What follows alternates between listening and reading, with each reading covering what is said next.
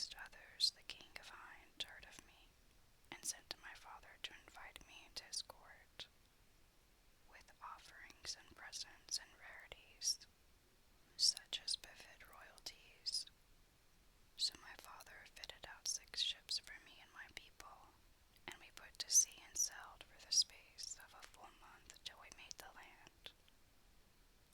Then we brought out the horses that were with us in the ships, and after loading the camels with our presents for the prince, we set forth inland. But we had marched only a little way, then behold, a dust cloud upflew and grew until it walled the horizon from view. After an hour or so, the veil lifted and discovered beneath it 50 horsemen, ravening lions to the sight in steel armor dight. We observed them strangely, and lo, they were cutters off of the highway wild as wild Arabs. When they saw that we were only 4 and had with us but the 10 camels carrying the presents, they dashed down upon us with lances at rest. We signed to them with our fingers, as it were saying, we be messengers of the great king of Hind, so harm us not. But they answered, on likewise we are not in his dominions to obey, nor are we subject to his sway. Then they set upon us and slew some of my slaves and put the lave to flight.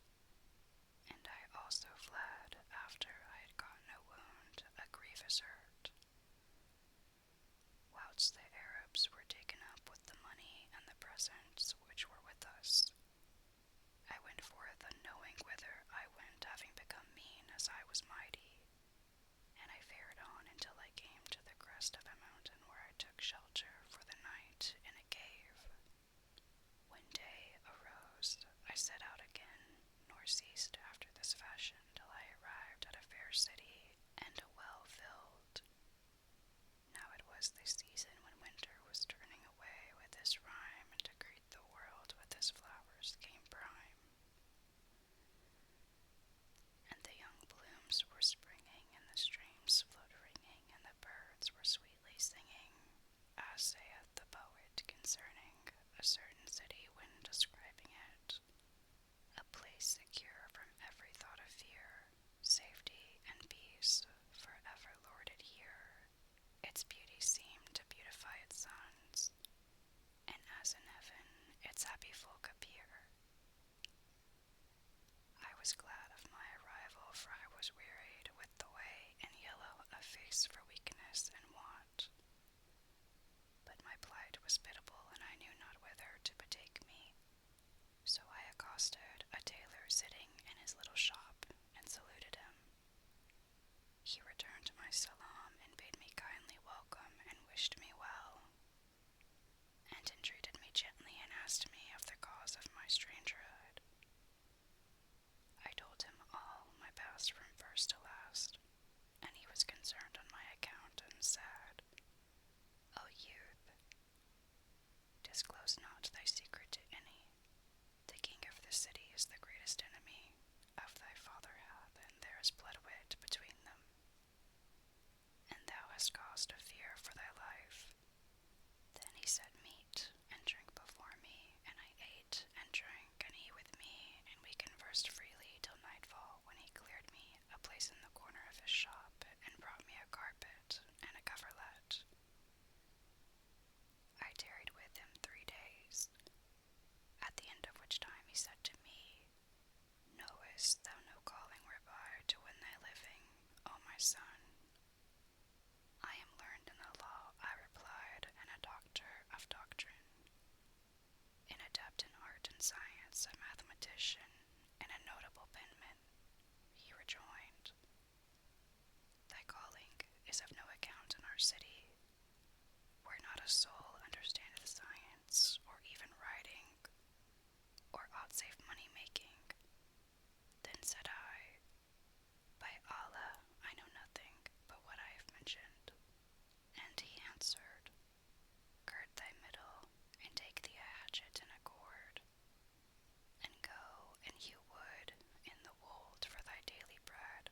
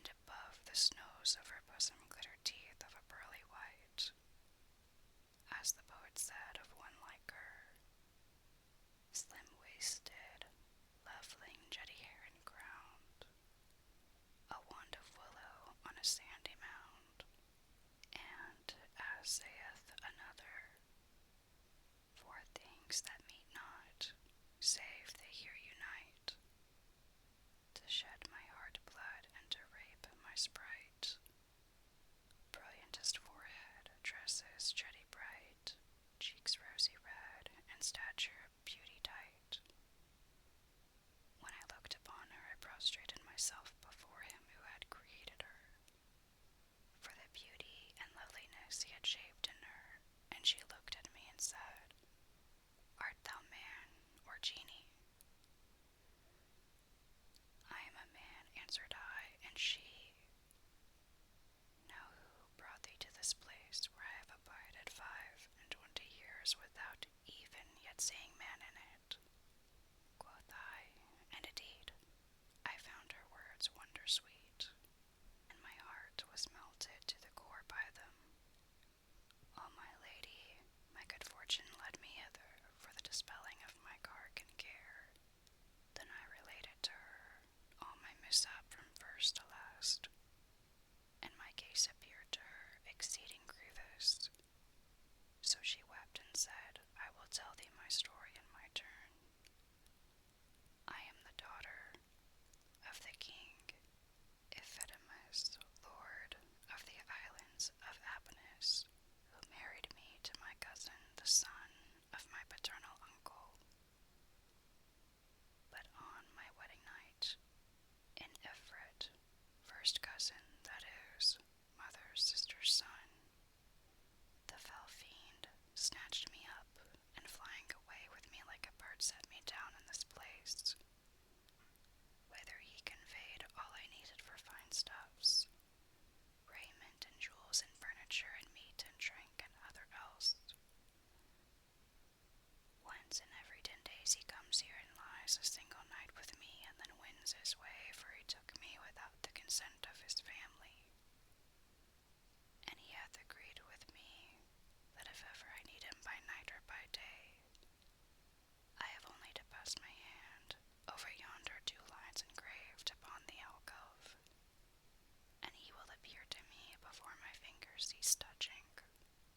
4 days have now passed since he was here, and as there remain 6 days before he come again, say me, wilt thou abide with me 5 days, and go hence the day before his coming?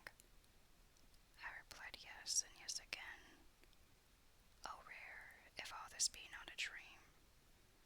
Hereat she was glad, and springing to her feet, seized my hand and carried me through an arched doorway to a hammam bath, a fair hall, and richly decorated. I doffed my clothes, and she doffed hers, and then we bathed, and she washed me. And when this was done, we left the bath, and she seated me by her side upon a high couch, and brought me ice cream scented with musk. When we felt cool after the bath, she set food before me, and we ate and fell to talking. But presently she said to me, Lay thee down and take thy rest, for surely thou must be weary. So I thanked her, my lady, and lay down and slept soundly, forgetting all that had happened to me. When I awoke, I found her rubbing and shampooing my feet. So I again thanked her and blessed her, and we sat for a while talking. Said she, By Allah, I was sad at heart, for I have dwelt alone underground for these 25 years. And praise be to Allah who hath sent me someone with whom I can converse. And then she asked, O youth, what sayest thou to wine? And I answered, Do as thou wilt. Whereupon she went to a cupboard and took out a sealed flask of right old wine, and set off the table with flowers and scented herbs, and began to sing these lines. Had we known of thy coming, we fain had to spread the course of our hearts, or the balls of our eyes, our cheeks as a carpet to greet thee had thrown, and our eyelids had strown for thy feet to betread. Now when she finished her verse, I thanked her, for indeed love of her had gotten hold of my heart, and my grief and anguish were gone.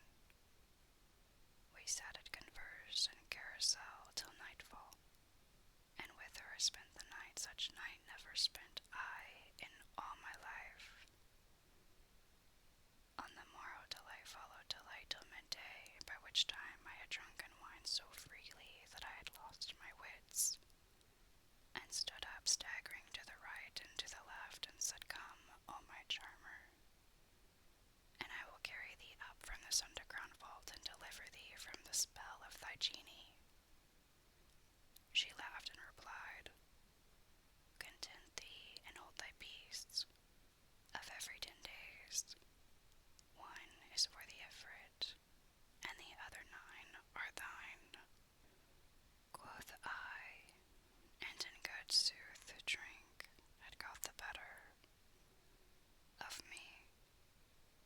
This very instant will I break down the alcove whereupon is graven the talisman, and summon the Ifrit, that I may slay him, for it is a practice of mine to slay Ifrits. When she heard my words, her color waxed wane, and she said, By Allah, do not. And she began repeating, This is a thing wherein destruction lies.